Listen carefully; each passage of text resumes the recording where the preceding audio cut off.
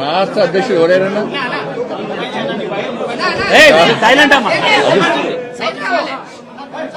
అధిష్టానం ఇంకా రాష్ట్ర అధ్యక్షుడు ప్రకటించలే. ఇవ్వండి వాళ్ళు చంద్రబాబు నాయుడు గారు ప్రకటించరు, ఇంకోరు ఆయన ప్రకటించరు, ఈయన చెప్తే వచ్చిందంటే కాదు. రాష్ట్ర అధ్యక్షుడిని అధిష్టానము అందరికీ నామినేషన్ వేస్తారు. నామినేషన్ ఎవరిని అధ్యక్షుడు ఉండాలో అధిష్టానం నిర్ణయిస్తుంది. అందరి అభిప్రాయాలు తీసుకొని అధిష్టానం నిర్ణయిస్తుంది. అధిష్టానం తీసుకుంటే అందరు కట్టుబడి ఉంటాం. Bharatiya Janata party ప్రజాస్వామ్యబద్ధమైన party. ఒకటే నామినేషన్ వేయాలి, రెండే నామినేషన్ చెప్పారు. నామినేషన్ ఓపెన్గా ఉన్నాయి, నామినేషన్ ఎవరైనా వేసుకోవచ్చు. అంటే అధిష్టానము అన్ని ఆలోచించి నిర్ణయించుకుంటే దానికి కట్టుబడి ఉండాల్సిన బాధ్యత కమిట్మెంట్ తో పనిచేసే ప్రతి భారతీయ జనతా పార్టీ కార్యకర్తకు ఉంటుంది. ఎవరికి ఇచ్చారు, ఎవరు అధ్యక్షుడు ఎవరు ఇంకా కాలే కదా. సాయంత్రం ప్రకటిస్తారు, సాయంత్రం చెప్తారు నామినేషన్స్ తర్వాత. ఎవరు నామినేషన్ ఇస్తారో నామినేషన్స్ తర్వాత అధిష్టానం ఆలోచించి అప్పుడు అభ్యర్థిని ప్రకటిస్తారు. దాని తర్వాత రేపు సమావేశం పెడతారని చెప్పి ఇప్పుడు అన్ని ఫాల్తు మాటలు అంటారు. వాటిని ఎవరు సోషల్ మీడియాలో పెడుతున్నారు, నేను కూడా చూసినాను. అధ్యక్షుని కోసము అధ్యక్షుని బాధ్యత కోసం ఎవరైనా అడగచ్చు. అడగడంలో ఎలాంటి తప్పు లేదు. వాళ్ళకు రావాలని కోరుకోవడంలో కూడా ఎలాంటి తప్పు లేదు. దాన్ని ఎవ్వరు తప్పు పట్టరు. ఎవరి వాళ్ళకి ఆలోచన రావాలని కోరుకోవడం తప్పేం లేదు. కానీ చివరికి ఏమవుతుంది, చివరకు అధిష్టానం నిర్ణయించిన వ్యక్తికి, అధిష్టానం ఆలోచించిన వ్యక్తికి, ఎందుకంటే అధిష్టానం అన్ని ఆలోచిస్తుంది, దేని ద్వారా పార్టీకి లబ్ధి పొందది. అట్లా ఒక అభ్యర్థిని ప్రకటించిన మాత్రాన మిగతా వాళ్ళు డమ్మి, మిగతా వాళ్ళతో ఏం కాదు. కాదు ఎవరితో ఏ పని అవుతుంది, ఎవరికి ఏ బాధ్యత తప్ప చెప్పాలనో అధిష్టానం నిర్ణయిస్తుంది. ఈ భారతీయ జనతా పార్టీ ఈ మధ్య కొత్తగా స్టార్ట్ అయింది. నాకు ఈ మధ్య కొత్తగా స్టార్ట్ అయింది ఈ సోషల్ మీడియాలో ఉల్టా పోస్ట్ పెట్టి చూడు. లేకుంటే వేరే పార్టీలు చేస్తుంటారు అందరూ. చంద్రబాబు నాయుడు గారు లేకుంటే ఇంకో నాయకుడు చెప్తే అధ్యక్షుని పెట్టేటటువంటి పార్టీ భారతీయ జనతా పార్టీ కాదు.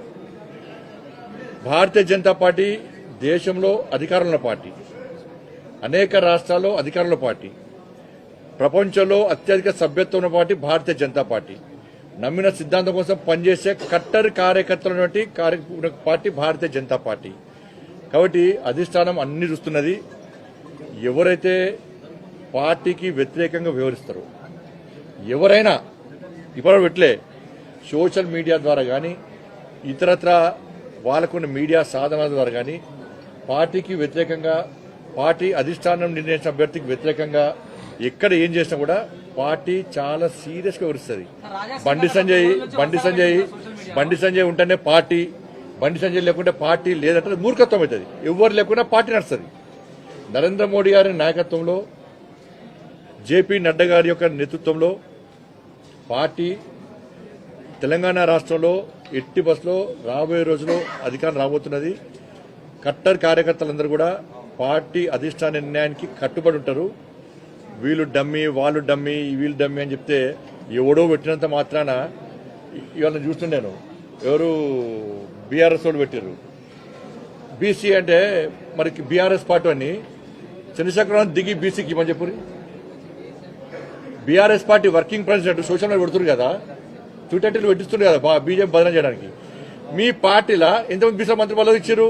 బీసీలు లేకుండా ఇచ్చారు. మీరు దళితులు ముఖ్యమంత్రి చేస్తాను మీ అయ్యా సిగ్గు లేకుండా ముక్కు నరుకుంటా, మూతి నరుకుంటా, తల నరుకుంటా, ఇది నరుకుంటా, కింద మీద నరుకుంటా అన్నాడు.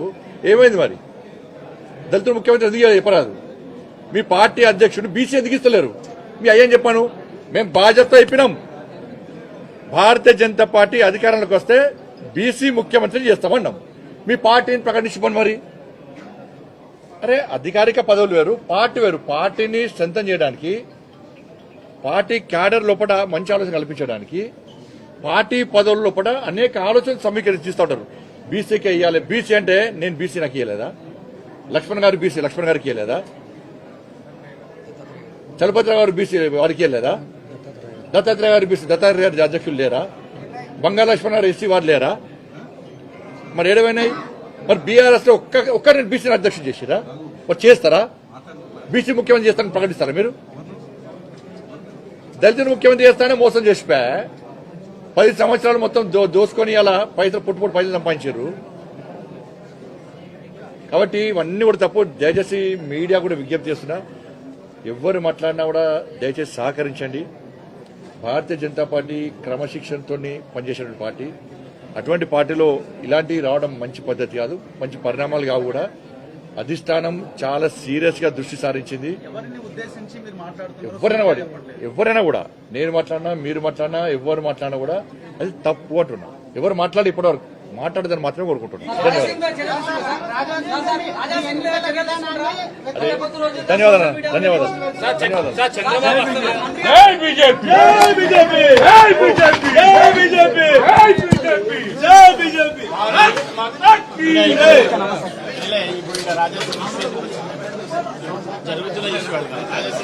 ఎందుకు అడగారు?